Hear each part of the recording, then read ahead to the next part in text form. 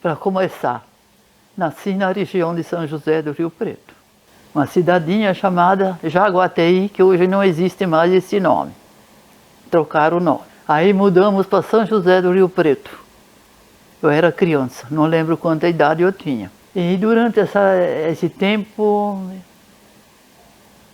eu fui para a escola, gostava demais de ir na escola. Mas a minha mãe tinha meu pai, era doente. E eu foi só nem o primeiro ano direito na escola. Eu tive que sair da escola para cuidar do meu pai, que era doente. Para minha mãe trabalhar, para ganhar o pão de cada dia para os 3 filhos que ela tinha.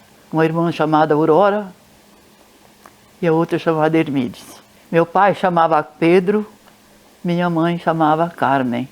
Então minha mãe ia para a roça todos os dias e eu ficava em casa cuidando do meu pai. Se ele fizesse alguma arte, para mim chamar meu avô para cuidar da gente.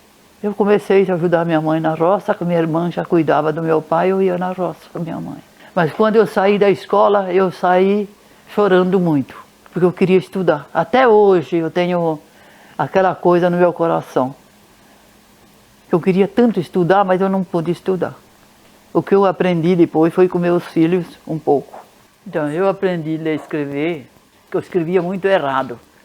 Eu aprendi na Casa do Caminho, que teve um curso lá de pessoas de idade. Então eu acabei aprendendo para mim, não preciso pedir para ninguém ler para mim, que hoje eu leio. Né? E escrever também, mas eu aprendi bem na Casa do Caminho. Com quantos anos? Acho que eu tinha uns 70 e poucos anos. A minha mãe criou a gente fazendo crochê de noite, vendendo.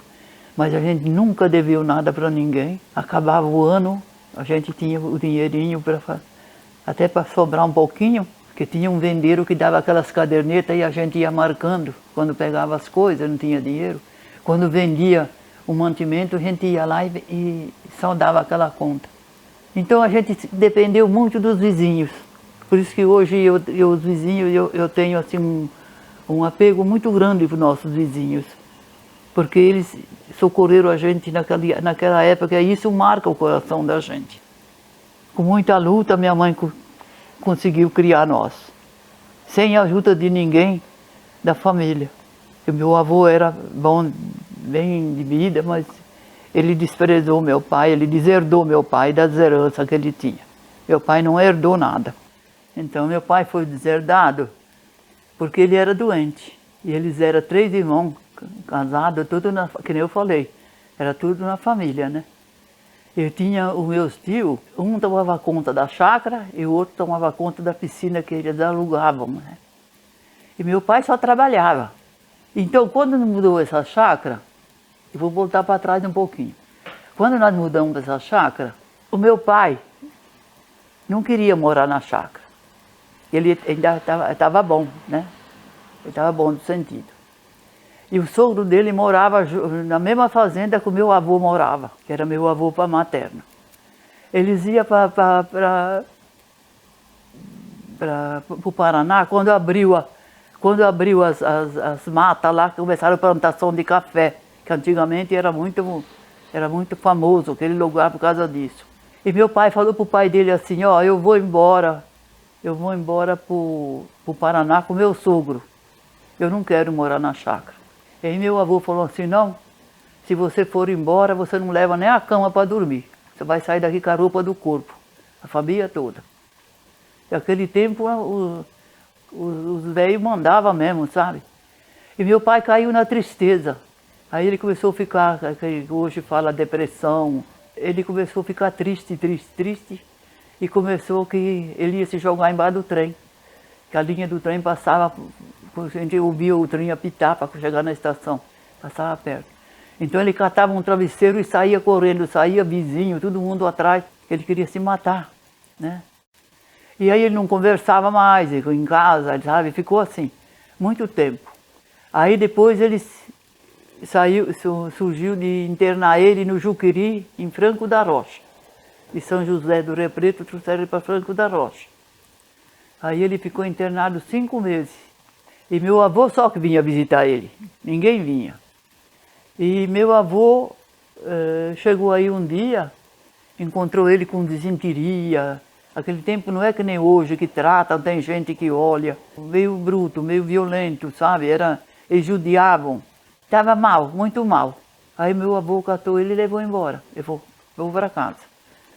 Aí eu lembro que ele falou assim para minha avó, a mãe dele: mãe, se um dia o senhor tiver que me mandar para aquele lugar de novo, a senhora pega um machado e me dá uma machadada.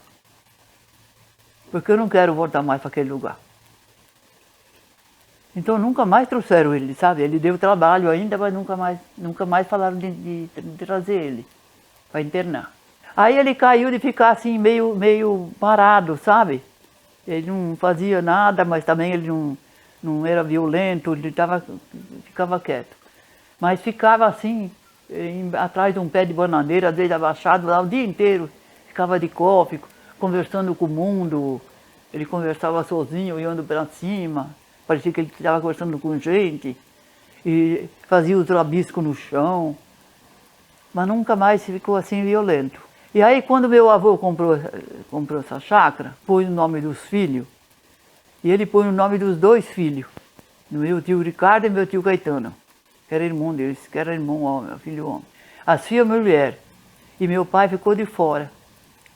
Aí minha mãe foi e falou para ele: eu não vou ficar mais morando com o senhor, porque eu quero sair, porque meus filhos só vão trabalhar e não vão ter nada no fim aqui. Vai dar lucro para os outros, para os meus não tem nada. Aí meu avô falou assim: você vai para onde? Eu falei: para onde eu não sei, só que também eu não posso levar seu filho junto, então vai ter que cuidar dele. Aí ele falou assim: não, porque era vergonha para ele, né, acontecer isso. Mas tinha uma senhora uma senhora de um médico que ia lá tomar banho na piscina, fim de semana, com as crianças. E ela ficou sabendo da história da minha mãe. Ela falou: não vai não, dona Carmen. Não vai não, porque a senhora vai trabalhar e não vai ter nada no fim. Ela falou: eu tenho uma edícula no fundo da minha casa, a senhora vai morar lá? E a senhora lava minhas roupas, só lava, que passadeira tem. E eu pago um ordenado para a senhora, e visto, dou comida, tudo, né? Vai morar lá. E minha mãe então falou que não ia para esse sítio que meu avô tem na Matinha, que ele tinha comprado no nome dos outros dois filhos, né? Aí minha mãe ficou assim, sabe? Vou, não vou, né? Mas tinha dó de largar meu pai porque ele não merecia, né? Aí o meu avô falou assim, chegou nela, acho que ele ficou com vergonha, né, de saber que a gente ia embora. Ele chegou na minha mãe e falou assim: eu dou 2.000 pés de café, o que der é tudo seu, no fim do ano. Tem uma casinha lá, você vai morar numa casinha que tem lá, no sítio. Aí minha mãe, para não largar meu pai, aceitou. Era quatro pedaços assim, que tinha os careadores, que falava careador naquele tempo, onde passavam os carrinhos para buscar os mantimentos. Então ele dava a ponta desse aqui em cima, a ponta desse, as pontinhas onde estava o judiado. Deu uma porca para pôr no isqueiro, para engordar. A porca estava andando tudo assim, tudo porta. E tão magra que estava. A minha mãe falou: meu Deus, devia ter ido embora para outro lugar, né? Já que tinha lugar para ir. Feijão, se você perguntava, demorava 6 meses para fazer a primeira safra. Arroz demorava quase 1 ano, né, para dar. Mandioca, a mesma coisa. Banana, então, você planta, né? Ela começou a plantar de tudo. Um pouquinho de cada coisa. Não sei nem quantos anos nós ficamos lá. Eu fui para lá, acho que eu tinha 8, 9 anos. Eu casei lá com 18 anos para 19. Fiquei esse tempo lá, nós ficamos, morando. E a mãe falou assim: como que eu vou fazer? Ficar 1 ano sem dinheiro, dinheiro que se tinha, se pagava juro. Com a mão à frente e outra atrás. Então as vizinhas ficam sabendo, começaram a dar ovo, frango, requeijão, queijo. Falou: dona Carmen, a senhora vai todo fim de semana, a gente dá baratinho, manteiga, sabe, feito em casa. A senhora vai vender e a senhora vai ter um lucro para comprar menos a comida, arroz e feijão, né? O vendeiro falou para minha mãe assim: a senhora não vai deixar o filho passar fome. A gente arruma uma caderneta, a senhora marca, quando eu colhe o feijão, no caso de eu comprar de outro, eu compro da senhora e desconta. Então os vizinhos que ajudou minha mãe. Chamou o homem para capar, porque tinha que capar aquela porca para engordar, senão eles não engordam, né? Que elas entram nos fios e não engordam. Isso aí já lembro dele. Chamava seu Orlando, acho que era seu Orlando. Minha mãe chamou ele e falou assim, eu tenho uma porca para capar, o senhor vai lá capar para mim? Ele falou, eu vou. Quando ele olhou na porca assim, ele capou a porca. Ele falou, dona Carmen, eu falei, não vou cobrar nada, porque ele falou, a porca não vai me sobreviver. Foi a que salvou a gente. Deu acho que 3 latas de gordura. Aqueles toicinhos, sabe? Começou depois a criar, comprar um porquinho, criar. Por isso que hoje eu vejo desperdícios, as coisas eu não gosto de ver. Porque quem passou necessidade, você fala assim, nossa, né? Não joga fora. Aqui na Cissa não tem esse costume de jogar fora a comida, né? Mas se tivesse também, eu ia tirar. Ah, não faz isso não, porque eu sei quanto fazia falta daquele tempo lá, um restinho de comida desse. Mas sobrevivemos, né? Com a graça de Deus, a gente muito pobre, a gente não tinha fartura de nada. Você ia na cidade, você tinha vontade de comer uma fruta dessas que hoje você vê no mercado. E aquele tempo também tinha, mas a gente não tinha dinheiro para comprar, porque se comprasse as frutas de qualidade, uma maçã, uma pera, essas frutas que às vezes até vêm de fora, né? A gente só olhava, mas a gente não podia comer. Porque se comprasse a fruta, não tinha dinheiro para levar o arroz para casa. Bom, o tempo foi passando.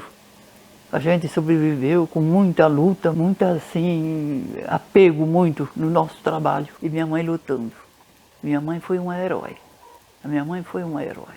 A gente fala dos heróis por aí, mas ela foi. A gente falava para ela assim, mãe, a senhora já comeu? Vamos jantar, ela falava. Tinha que sentar na mesa, uma mesinha que tinha, né? Ela tinha isso, que tinha que sentar lá para comer.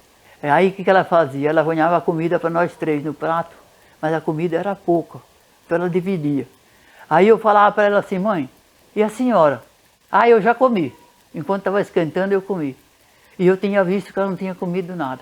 Você comia aquele negócio assim, que você estava morrendo de fome, mas você parece que não descia a comida, porque sabia que ela não tinha comido. E às vezes a gente o que fazia? Eu ponhava comida para minhas irmãs, ponhava menos, ponhava para mim menos e deixava um pouquinho para ela. Então eu não sei como é que ela sobreviveu, minha mãe. Sinceramente. Mas sobreviveu. Até o fim da vida dela. Numa UTI também, mas sobreviveu. Morreu com quase 90, acho que 90 anos a avó morreu. Mas também a gente era muito devoto, sabe? A gente tinha que ir na igreja todo fim de semana. Ela pegava a gente, vamos fazer oração na igreja. Então eu acho que tudo isso foi um aprendiz na minha vida. Ela rezava muito, sabe? Ela rezava bastante. E ela falava assim, a gente tem que rezar para Deus a lembrar que a gente está aqui embaixo precisando dele. E por isso que até hoje eu tenho minhas devoções. Não adianta me impedir, que eu fui criada, é de raiz. A senhora reza todo dia, avó? Eu rezo. Eu não passo nem um dia aí nesse corredor se eu não dou um bom dia para o meu Jesus que está aí. Mas foi passando o tempo, sabe? A gente foi acostumando com tudo, né? Eu agradeço a Deus todos os dias por ter passado por certas coisas e a gente venceu. Aí foi a minha juventude, a minha criancice. Nós não tínhamos brinquedo, nós não sabíamos o que era um brinquedo. Eu sempre lembro de um caso que minha mãe estava junto com a minha mãe e minhas 2 irmãs. E nós fomos numa festinha que tinha nesse Gonzaga. Minha mãe levou a gente. E lá tinha aquelas barracas que você jogava um número lá, não sei, e via se ganhava, né? E a minha irmã caçula, Armides, chorava que queria uma boneca daquela, porque nunca tinha visto uma boneca, nunca tinha pegado na mão. E não é que minha mãe jogou um número e caiu na boneca. E minha mãe falou assim pro rapaz, nunca esqueço disso. Ela falou, eu não posso trocar por um saquinho de arroz a boneca. E minha irmã caiu no choro. Aí ela não quis. Ela falou, não, deixa a boneca para ele. O arroz amanhã eu trabalho e ganho. Essas coisas ficam dentro do coração da gente, sabe?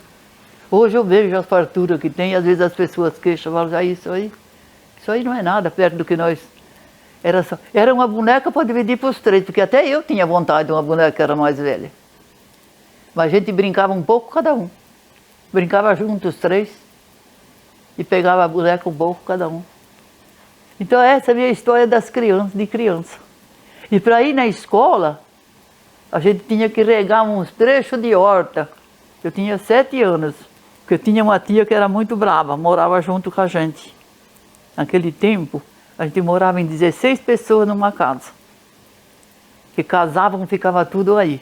Os italianos não queriam que os filhos separassem. Então ia casando, ia nascendo os netos, ia ficando tudo lá dentro. Estava em 16. E minha tia, que era minha madrinha de batizado, ela não tinha, assim, filho, então ela não sabia como era difícil, né? Magoar essa criança, né? Ela fazia isso. Ela está do outro lado, mas não tem problema não, estou falando a verdade. Eu não sei se eu estou falando as coisas certas, se é assim que conta uma história. Com certeza. Com muita simplicidade que eu fui criada, porque eu não tenho estudo, né? E ela falava assim, ó, você tem que moer café, você tem que escolher feijão, às vezes um lixo, alguma coisa, que tinha que pôr para fora, antes de ir para a escola. E nós vinha da horta, de regar a horta, já estava em cima da hora. E os outros colegas passavam e chamavam, porque a gente ia numa turma na escola. Que a estrada não era que nem aqui, asfalto, era uma estrada falava estrada boiadeira, onde passava o gado e passava ônibus 3 vezes por dia. Então, se eu ficasse fazendo tudo aquilo ali, o que acontecia? As minhas colegas iam embora, porque tinha horário para entrar na escola. E eu ia ficar em casa, eu sozinha naquela estradona lá. Então eu chorava. Às vezes eu saía assim, queria escapar dela. Um dia eu fui escapar dela, o meu pai chegou assim, que ele era que nem esse pessoal de rua. Ele falou assim, antes de bater dela, você bate em mim primeiro. Aí ela, ó, nunca mais brigou comigo, porque ela ficou com medo do meu pai. Ele podia ser violento, né? Ele não tinha o sentido certo. Aí ela nunca... Então melhorou minha vida um pouco. Porque às vezes eu vinha da horta e já trocava aí, ó, tomava banho, trocava e caía fora. Porque eu falar a verdade, eu nunca teve assim uma juventude assim alegre.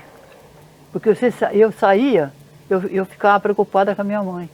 E meu pai, às vezes, eu procurava deixar meu pai dormindo quando eu saía.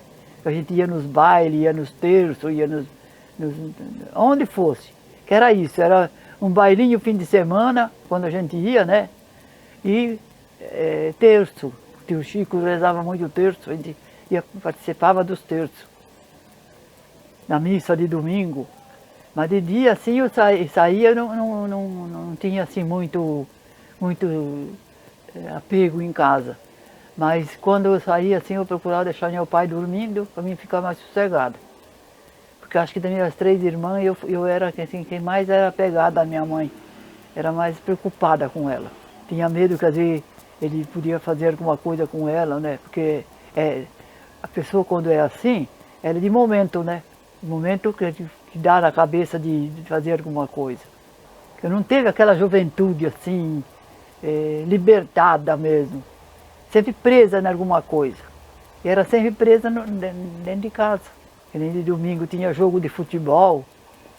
A gente ia para o jogo de futebol, assistir o jogo, que era lá na matinha, né? Era jogo, não era campo, era de pasto lá que eles faziam o campo e aí a gente ia. Aí que a gente às vezes arrumava um namorado, né? Eu não namorei ninguém, a não ser seu avô. Arrumei com ele e fiquei com ele. Ah, namorei bastante tempo. Acho que uns 3 anos. Assim que a gente se encontrava, né? No começo a gente se encontrava escondido dos pais, né? Os pais queriam que tivesse mais idade, né? Eu tinha o quê? 17 anos, 16 anos. Eu tinha menos, eu tinha 15 anos quando comecei a namorar ele. Aí no primeiro ano a gente namorava escondido, assim, só nos terços, namorava. Se falava, né? Mas não saía junto, nada. Nos bailes que a gente ia, que o meu tio levava, porque nós não ia sozinha. Não é que nem hoje, que a rapaziada sai, né? As moçadas. Aquele tempo lá a gente tinha que começar a preparar, tinha um baile no sábado, a gente ia começar a preparar o nosso tio na segunda-feira, se ia levar nós. Era eu, a tia Landa e a tia Cezira. O Nerson eu conheci ele num baile. Naquele tempo não tinha assim, chegar de supetão, né? Às vezes mandavam um amigo falar com a gente, que eles queriam namorar com a gente, né? Eu lembro até o nome do cara, que era namorado da tia Landa, da minha tia, irmã do meu pai, é que chegou a falar para mim. E o Nelson queria conversar comigo. Aí eu demorei para me dar a resposta para ele, se eu queria conversar. Aí depois eu resolvi que eu ia conversar com ele. Aí ele veio me tirar para dançar e nós conversamos, foi onde nós começamos a namorar. Mas namorava assim, quando se encontrava, né? Não ia que nem hoje, que vai na casa assim. Na casa só vai quando você está namorando já faz tempo e você vai falar com os pais da moça, né? E a minha mãe aceitou numa boa porque com aquele negócio dela ir do vizinho ajudar ela, a minha cunhada Elza, que era irmã do Nelson, comprava ovos dela, comprava as coisas dela. Então ela falou para minha mãe primeiro, que eu ainda namorava escondido. Eu falava com ele, mas escondido nos campos de futebol, na volta dos terços, que eu falava, nós conversávamos. Que ela falou que ela estava feliz que ele estava namorando comigo. Aí ela chegou em mim e falou para mim. Ela falou, você está namorando, mas não fala nada, né? Aí eu falei, eu conversei outro dia. A dadinha, minha mãe. Ai, ai. E namoramos acho que 5 anos. Eu achava ele, não vou falar que ele era um homem bonito, mas ele era simpático para mim. Mas ele não era feio, não. Devo ficar 54 anos junto. Uma alegria que passou na minha vida. Tem várias, mas uma que ficou marcada para mim, de tanta coisa que foi meio negativo, foi meus 50 anos de casado, que eu juntei, acho que não faltou ninguém, né, da minha família. Tivemos 5 filhos, né? Fiquei grávida antes de casar, foi um pé de boi. Não é que nem hoje, né? Que a maioria hoje casa tudo grávida, né? Aquele tempo lá não se podia falar. E o que isso gerou dentro da família, para os vizinhos, ou ninguém ficou sabendo? Do quê? Que a senhora estava grávida? Não, era tudo escondidinho, minha filha. As meninas descobriram que a Vera é fuça nos buracos de tatu.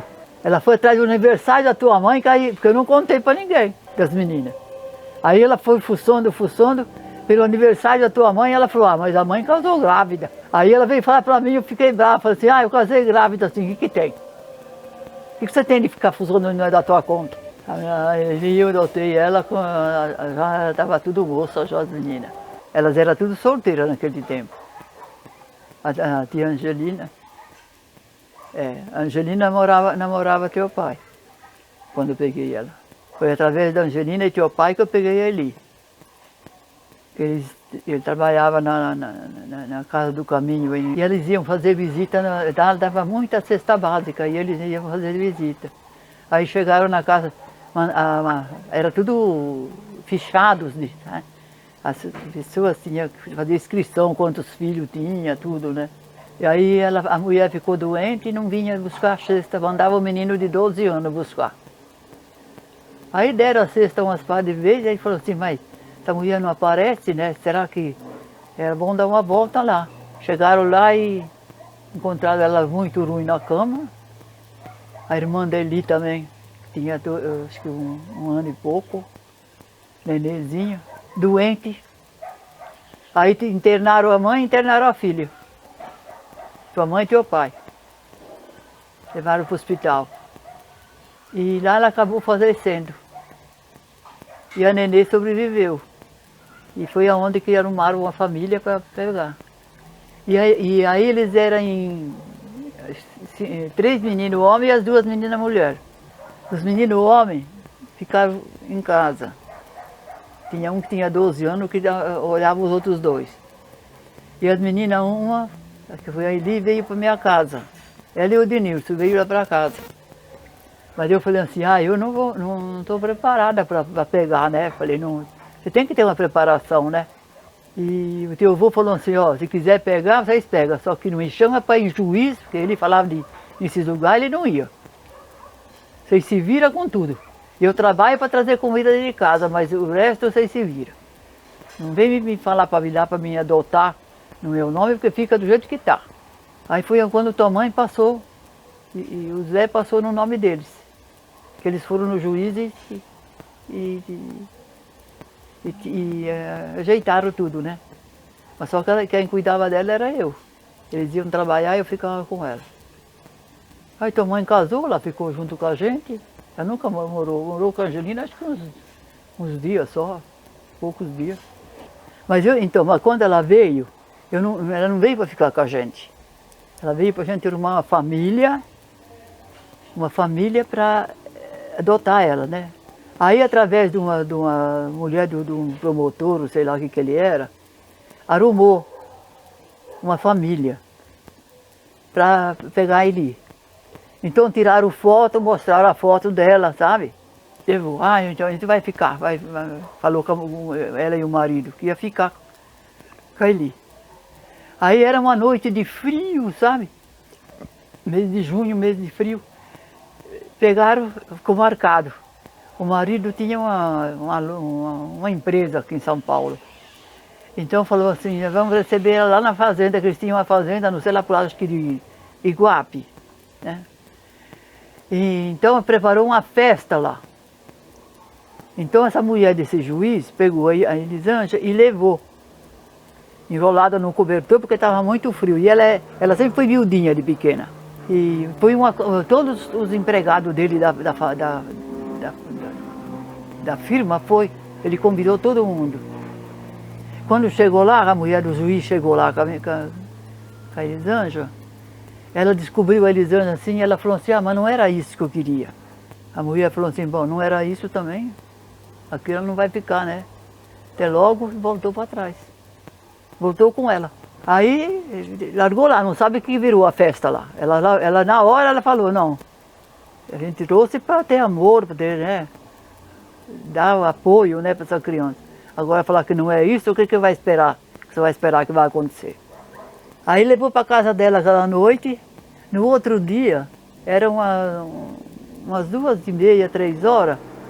Eu tinha ido para casa do caminho, ajudar lá, que eu ia ajudar lá, separar a cesta, separar a roupa que entrava. E eram umas 2h30, 3h e eu vinha de volta para fazer a janta para a turma que estava trabalhando. Mas eu nem pensei que a Eli estava de volta. Quando eu abri o portão, que ela escutou para abrir o portão, ela veio, ai tia, me abraçando, sabe? Mas eu já na rua eu vi o carro e eu conheci o carro da mulher. Eu falei, mas parece que o carro de fulana está aí. Aí quando eu abri o portão, ela escutou o barulho e ela veio, ai tia, me abraçando, sabe?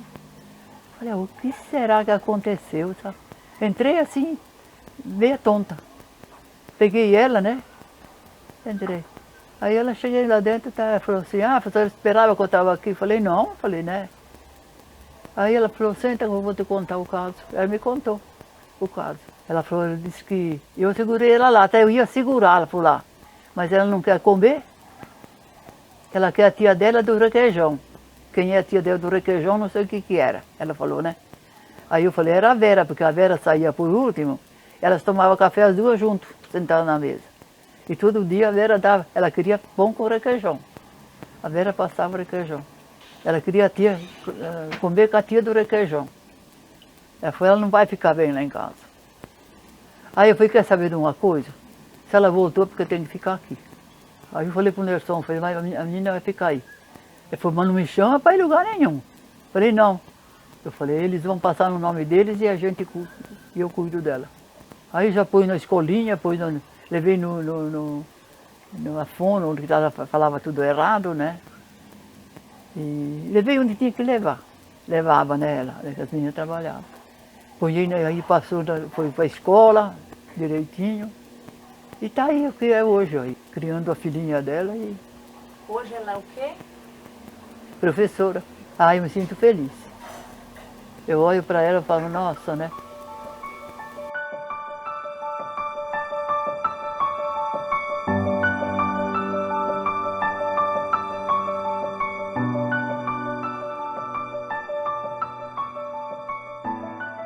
Então, quando eu casei, eu não tinha conhecimento assim, da convivência, como eles conviviam, como era lá dentro.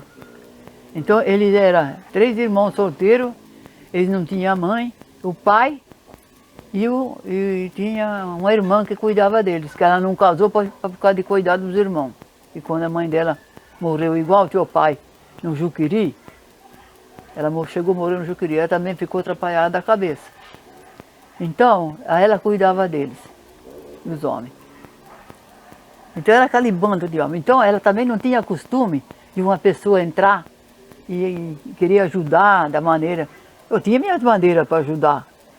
E eu me sentia assim que eu não estava... Estava uma intrusa lá, né? Eu falei para o Nelson, arruma minha enxada que amanhã eu vou trabalhar. Onde você vai no meio dos homens? Eu falei, eu vou trabalhar, não vou ficar aqui. Eu falei. E eu estava grávida da Angelina, né? Porque isso foi logo no começo, né? Bom, ele viu que eu fiquei brava, ele pegou e arrumou uma enxada. Outro dia cedo ele levantou, também levantei, catei eu tinha levado uma palheta, que eu gostava de varrer quintal, mas tampado o sol. Catei minha palheta, uma blusa de manga comprida, os homens saíram na frente e eu saí atrás. Era cafezal que eles tratavam, né? Cada um pegou um lugar deles lá, eu já sabia trabalhar, né? O Nelson pegou de um lado, eu peguei do outro. Saí na linha junto com os homens. Né? Então era hora de comer, eu comer junto com eles. E o Nelson de brava porque ele não queria. Quem que o povo vai falar? Uma mulher no meio de 4, 5 homens. Né? Mas eu estava feliz assim. Bom, depois a Angelina nasceu, aí eu tive que cortar um pouco, né? Porque ela era pequena, tinha que ficar em casa. Mas aí ele separou também da família. Aí ele arrumou uma casinha, nós separamos de família. Não tinha como ir para a roça, porque tinha 2 crianças pequenas. Aí ele levou o pai dele para morar com a gente, porque ninguém queria o pai dele. Bom, aí que não ia mesmo. Só que aí ele começou a sair com o fiscal da fazenda, e ia em casa à tarde. E o homem tinha fama meio ruim, né? Um dia eu falei para a mulher dele assim, e me dava muito com ela. Eu falei, vamos passar um susto nesses homens. Ela falou, o que nós vamos fazer? Eu falei, eu arrumo um jeito. Eu falei, nós põe as crianças para dormir cedo, né? E meu sogro estava morando comigo. Nós deixa falar para o meu sogro que nós estamos na casa do Chico Louco. Chico Louco, ele falava Chico Louco porque ele era meio... Ele não era louco não, ele era meio bancada de falar as coisas, sabe? Aí eu falei, nós deixa falado para ele que nós estamos na casa do Chico Louco. Que era uma casa que tinha na fazenda, na última da fazenda. E nós vai deitar e fica quietinho. Ela falou, será que vai dar certo? Aí eles chegaram, o meu sogro falou, que ele deixava o caminhão encostado na minha casa. Meu sogro falou assim, as mulheres que querem vocês buscar elas estão lá na casa do Chico Louco. Vai os 2 tontos para lá. Chegaram lá, bater na casa do homem lá. Uai, as mulheres não estão aqui não? Não, aqui não apareceu ninguém. Deixaram avisado que vinha para cá. Lá em casa só estava o meu pai, o Nelson falou. Falei, não sei, procura na colônia. Só se elas foram para outro lugar. Aí ele, meio uma criada, falou assim, mas Chico Louco aqui é você, não é nas casas da colônia. Aí o Chico Louco falou assim, então vão em casa, vão dormir. Mais tarde elas aparecem. Bom, eu não sei se foram para a casa da colônia, nem quis saber. Eu sei que eles entraram, ela estava dormindo lá na casa dela e eu estava dormindo na minha cama também. Aí ficaram cara de taxa, porque no outro dia, o Chico Louco falou para todo mundo. E todo mundo tirando barato na cara deles. Aí o Nelson nunca mais saiu com ele. Ele ainda continuou saindo, porque ele era pilantra mesmo. Continuou saindo com ele. Aí eu falei para ele. Eu falei, ou a turma, ou ele, ou eu, falei. Das duas, uma. Porque aí com ele lá, falei, e ficar aqui comigo, você não vai ficar não. Eu falei, tenho 2 crianças, mas eu me viro. Eu volto lá para casa da minha mãe. O Nelson não saiu mais. E ele continuou lá. E eles tirou a turma tirando barato da cara deles, ficaram uns dias lá meio moados lá. Mas tinha que aguentar, né? Porque afrontaram, né? Ele era uma pessoa boa. Eu acho que eu era pior que ele. Em servo de convivência. Eu era meia dura. Eu reconheço. Eu reconheço isso, que eu era mais, sabe? E às vezes eu discutia com ele porque ele costumava falar as coisas. E quando as coisas eram boas, tudo bem. Ele era ele que falava. Quando eram as coisas meio atrapalhavam, a Irene que falou. Ela que falou. E eu falava para ele assim, assume o que você fala. Você fala as coisas e joga as coisas em cima de mim. Mas a gente viveu mesmo, 54 anos, não posso falar não, que Deu para aguentar muito bem. Ele me aguentar e eu aguentei ele. Bom, ele inventou que ia casar e vim passear em São Paulo. Porque a irmã dele morava aqui. Tinha uma irmã dele que morava aqui. E uma tia que era irmã da mãe dele, que sempre falava com eles e falava para eles, quando vem para São Paulo, vem aqui. Tal de tia Marina. O que você faz? Você vai arrumar suas coisas, uma mala com suas roupas, suas coisas, né? Aí falou assim, ó, quando eu chamei os padrinhos lá, e a família mais, só os parentes mais próximos, que era a tia Landa, a família do meu pai, que morava tudo perto, né? E assim eles pediram na igreja, né? Não ia ter nada. Tá bom, acabou o casamento, cada um foi embora para sua casa da igreja, e nós ia para a casa da irmã dele, dessa tal de Evasa, para depois vir para São Paulo. Acho que a gente vinha de trem, aquele tempo passava o trem lá, né? A gente vinha de trem. Quando nós chegamos na casa da Elza, ele falou assim para mim assim, mas nós não vamos para São Paulo. Eu falei, para que você mandou fazer minha mala então? Se é hoje, acho que a moça dá um pontapé na bunda. Você está esperando uma coisa, vem e fala, ali que eu já descobri que ele mentia. Ele falou assim, eu não vou porque não tem dinheiro. Eu falei, mas hoje você não tem dinheiro? Eu falei, faz tempo que você vem falando que vem para São Paulo, você que inventou. E você vai falar agora que você não vai. Aí a irmã dele entrou no meio, porque vai brigar e acabar o casamento aqui, né? Que eu fiquei nervosa mesmo aquele dia. Não por ruim, por mentir. Ela falou, não, vocês vão pousar num hotel lá assim, e depois amanhã você passa aqui, vocês almoçam, e aí vocês vão embora. Eu falei, eu vou ter coragem de descer para ir em casa lá, passava numa descida assim, e minha mãe morava assim, no sítio aqui, desse lado. Aonde a gente passava, a gente via o pessoal descendo, se você estiver fora, você via. Eu falei, vendo eu descer com a minha mala de volta. Eu falei, tem que passar de noite lá, porque eu falei, de dia eu não passo. Deixar uma semana pelo menos sem ninguém me ver, para mim depois falar que eu já voltei. E aí você vai contar o que de São Paulo? Que eu nunca tinha vindo de São Paulo, nem ele. Tá bom. Tem que aceitar, vou fazer o quê? Já casei mesmo. Fizemos isso. Aí voltei para casa da minha cunhada Zaira, e elas já estavam sabendo, né? Diz que as irmãs dele, disse que falou um bicho para eles. E quando foi na noitinha, descemos a rampa lá. Andei um bom pedaço de caminho, acho que como daqui, 2 vezes, 3 aqui até na escolinha. E voltamos para casa. Fiquei uma semana sem sair para fora. Aí a minha mãe ficou sabendo. Vai sair? Que eu não tinha ido. Tchau, até mais. Aí foi lá em casa. Ela falou, então, mas se tivesse falado, eu não tinha arrumado dinheiro para vocês ir. Minha mãe falou, né? Eu tinha emprestado o dinheiro, falou, não dá. Porque eu também tinha melhorado a situação. Mas ela não fazia diferença com as filhas. Ela falou, tinha arrumado o dinheiro para vocês ir. Falei, tá bom, já voltamos, já coisou. E assim foi a minha lua de mel. Chateado. Fiquei com vergonha, né? E ele levava as coisas na boa, para ele tudo estava bom. Estava certo. Nós fomos tirar foto aquele tempo lá, quando eu falei, punhava um negócio assim, o cara ficava lá atrás da máquina aqui, aberto, um negócio, né? A gente foi lá, no coisa lá para tirar a foto. Porque não ia, né? Eles não iam na igreja assim, aquele tempo lá. Tinha que ir lá no lugar onde eles trabalham. Tirei uma foto, bom, por tal dia está pronto. Ele foi para São José do Rio Preto, falou que ia buscar as fotos. Chegou em casa e falou para mim, você não sabe o que aconteceu. Falei, o que aconteceu? As fotos do casamento queimou. Queimou, fazer o quê?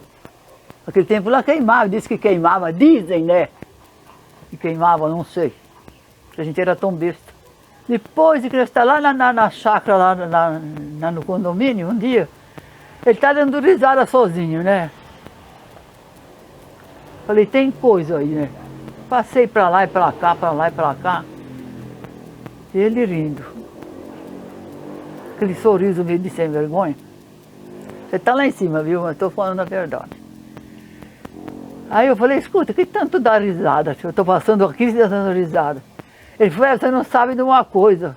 Eu falei, alguma coisa tem, porque está dando risada aí. Eu não estou dando confiança, não estou falando nada. Está dando risada sozinho aí? Ele falou, você lembra aquele dia que eu fui lá buscar nossa foto de casamento? Eu falei, lógico, não queimou. Vai lembrar do quê? Ele falou, não queimou não, eu não tinha dinheiro para ir buscar. Você vê onde que eu casei. Construímos uma família, está aí, graças a Deus. Meus netos, meus bisnetos, meus genros. O que eu quero mais? Não quero mais nada. Quero só saúde. O resto para mim é reto. Era uma luta muito grande. Que hoje eu vejo o povo falar que trabalha muito, mas em vista do que eu passei, do que eu vi na minha vida, não é sofrimento. Hoje tem tudo muito bom. Você sabe o que é abanar café? Que eu não aprendi a fazer esse serviço? Duas coisas que eu não aprendi na roça foi plantar com a máquina, aquela máquina que abre e fecha assim, planta na terra. Eu não conseguia, porque eu dava muita risada, eu enfiava a máquina aberta no chão. Então a semente enchia de terra no lugar de soltar a semente. E eu dava muito risada de mim mesmo. E abanar café, eu jogava o café para cima, o café caía tudo no chão e o lixo ficava na peneira. Então minha mãe abanava. E na hora de levar para um terreiro grande, esquadriado, para secar o café, para depois a gente vender, tinha que levar com uma carroça, e nós não tinha. Então era eu e minha mãe que levava esse produto nesse terreiro. Ah, eu amo a terra. Eu se não tiver um lugar para mim trabalhar assim, pegar minha enxadinha e trabalhar, não me sinto bem. Amo mesmo do fundo do coração. Eu acho que é uma bênção de Deus, a terra. E eu quero que Deus me deixe... Eu sempre penso assim comigo, assim que eu vou falar agora. Se eu morrer trabalhando com a enxada na mão, pode falar, avó, mas eu feliz. Que eu amo de verdade. Amo as plantas, sabe? Eu gosto de plantar, gosto de cuidar. É que minhas pernas já não me levam muito, né?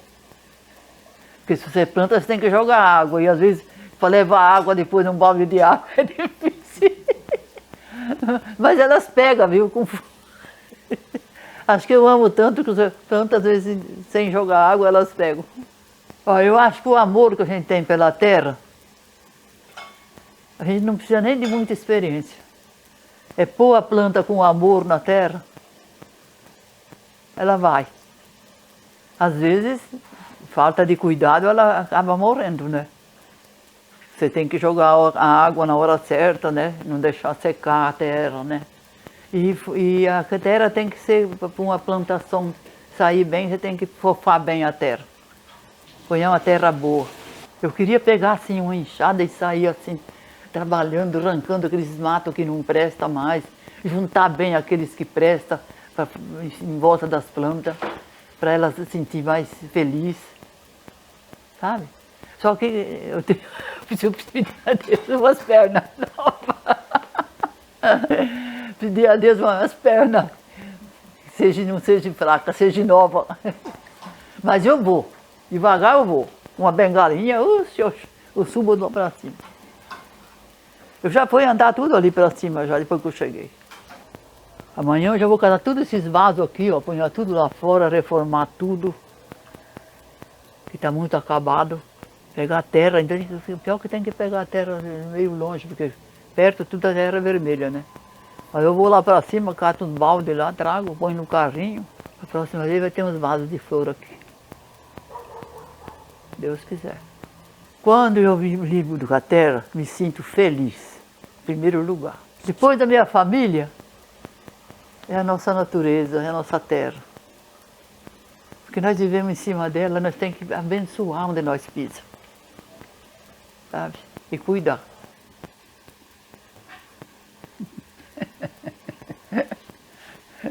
Ai, meu Deus do céu. Eu lembro da minha infância, das roscas que a avó fazia, a minha avó fazia. Mas também era só no Natal e no Ano Novo, né? Fazia pão, mas fazia pão assim, comum, né? Agora, quando chegava o Natal e o Ano Novo, ela fazia aquelas roscas, aquelas tranças de massa, sabe? Passava aquela coisa em cima com ovo e jogava queijo, jogava coco ralado e tomava uma canequinha de guaraná. Que cheiro até hoje. Era tão gostoso, viu? Muito bom. Eu acho que a minha vivência foi uma vivência assim, difícil, mas foi uma vivência, como é que é, vinculada assim, sabe? Até no termo da minha saúde. Porque eu acho que o que a gente passou em criança, você leva com você. Tudo que é exagero, eu acho que faz mal. Então, eu acho que desde do nosso tempo, da nossa alimentação, é que é onde que a gente tem hoje mais saúde. Que a gente não exagera em nada. Eu acho que hoje a alimentação faz parte da saúde da gente. Porque eu, com essa idade que eu tenho, eu faço meus exames, tomo meus remédios, mas eu, graças a Deus, nunca fiquei nem no hospital internada. Eu faço hoje que eu faço um pouco de regime, porque não posso engordar por causa das pernas, se eu ficar muito pesado, as pernas vai ficar pior. Que eu passei na nutricionista, ela falou, né? Então, mas eu acho que eu fiz minhas coisas certas. A minha vivência foi sofrida, mas foi um pouco sofrida, mas foi bom para mim. Falei a minha história, na minha simplicidade, que nem diz o outro, do momento mais difícil, momento melhor, momento pior. Mas nem momento ruim, graças a Deus, a gente tem algum sim, né? Sempre tem. Que tem momento bom e momento ruim, lógico, né? Mas a gente passa por eles, a gente nem vê também. Quando vê, já passou. Ah, que eu estou feliz de fazer o que eu estou fazendo. Não por mim, mas para deixar para os meus netos aí, meus bisnetos. E o dia que vou passar isso, passar limpo, que nem diz o outro, no telão, quero ver quem vai faltar para ver a minha verdade. Jogando para fora alguma coisa que já estava aqui dentro. Há muitos anos a gente vai acabando acumulando, né? A gente lembra, mas não tem com quem falar, né? E hoje vocês fizeram isso, abrir minha mente, trazer lá do fundo, para mim ver quando a gente passa e chega até onde eu cheguei. Só ter paciência. Estou muito feliz. Espero que sirva para alguém, né? Senão daqui uns anos também, a molecada não sabe nada da gente, né? Aí vai contar o quê? O que eu estou fazendo hoje também não é qualquer um que faz, né? Ter uma oportunidade dessa, né? Eu nunca pensei que eu ia ficar na frente dessas máquinas aqui, falando da minha vida. Mas tudo tem seu dia, né? Tem uma história quando nós viemos de São Paulo, de Rio Preto para São Paulo. Nós vamos chegar lá.